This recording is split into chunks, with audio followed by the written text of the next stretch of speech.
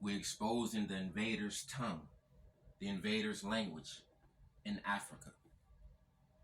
First and foremost, the dominant language in Africa is Niger-Congo. Niger-Congo. That's the dominant language in Africa. The dominant nose type is an African nose called Platyrrhine. That's a wide nose. So that's an African nose. The African nose is dominant in Africa, and the African language is dominant in Africa. What's the dominant hair texture? Kinky hair. Tightly curled, which is called Afro-textured hair. So African hair is dominant in Africa, which is kinky Afro-textured. An African nose, which is wide Platyrrhine, is dominant in Africa. And an African language, which is Niger-Congo, it was all Bantu, Niger-Congo Bantu, is the dominant language in Africa. Huh? The word Afro-Asiatic has the word Asian in it. I said the word Afro-Asiatic has the word Asian in it, which means it's not African in its entirety. See, what they're not telling you is that the Afro-Asiatic language is coming from Asia into Africa as an invasion. Remember, there are invasions and slave trade. You have the transatlantic slave trade that introduced the Indo-European language. You have the Arab slave trade that introduced the Asiatic language, and they became landlords, so they threw the word Afro in front of it. I don't know why you throw Afro in front of it when you're in Africa. So you see what I'm saying? See, we Afro-American, meaning that we come from Africa, and we're in America. We're Afro-Caribbean, meaning that we're in the Caribbeans, but we're from Africa. You have the Afro-Asians, who are African in Asia. Then you have the Asiatics, who are saying that they're native and indigenous to Africa, only in the desert areas, only in the arid climate areas, only in the mountain areas, only in the sand areas. You see what I'm saying? Niger-Congo is, Niger's in Africa, Congo is in Africa. Afro means Africa, and Asiatic means Asia. Let's read this Afro-Asiatic situation. Afro-Asiatic languages are spread throughout Western Asia. It starts off saying Western Asia. Now that it don't start off saying the Horn of Africa. It don't start off saying North Africa or the Suau. Niger-Congo, which includes the large Atlantic Congo and Bantu branches in West, Central, and Southeast and Southern Africa. You see, that's only Africa. The Niger-Congo, which is an African language, is only in Africa. But the Afro-Asiatic languages is spread, are spread throughout, like you spread peanut butter on bread. It's not originally there. You see what I'm saying? You spread it. But look, Niger-Congo, which include the large Afro-Asiatic, are spread Indo-European, while not indigenous to Africa, are spoken in South Africa. You see that? You see that? The Khoisan languages. That's only in Africa. See what I'm saying? Saharan, Nilotic. That's only in Africa. But the Afro-Asiatic comes from West Asia, Western Asia. You see what I'm saying? And you find that the Afro-Asiatics, the E1B1B1, share the same haplogroup as Europeans.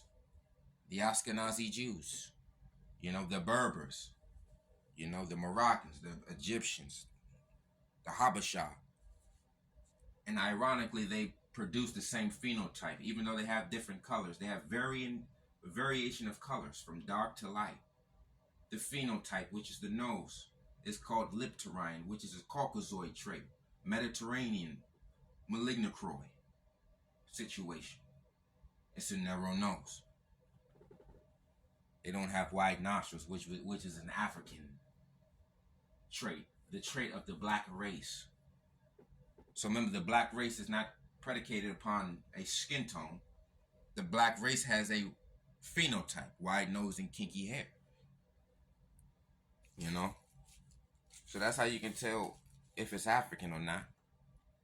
Because it's only in Africa.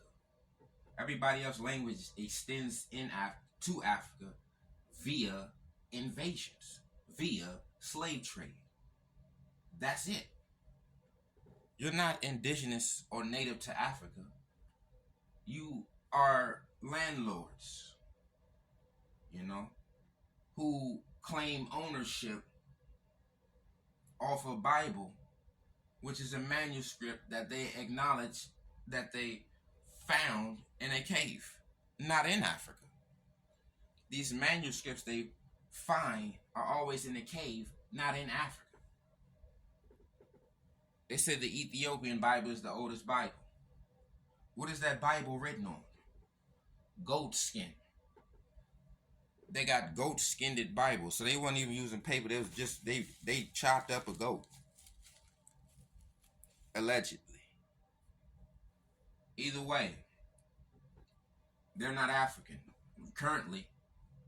You know, that's why everybody get upset when somebody say the Egyptians were black. It's a whole fuss. I mean, black means African and African means black, so anything in Africa is just African. But just because you're in Africa don't mean you are of Africa. You see what I'm saying? Y'all so this and that. Why y'all ain't got the same type of pyramid where you at? You see what I'm saying? They always got to claim stuff in Africa, but they're not African. You see what I'm saying? It's always non-Africans claiming African something. Oh, we couldn't have built it. Oh, we couldn't have did this.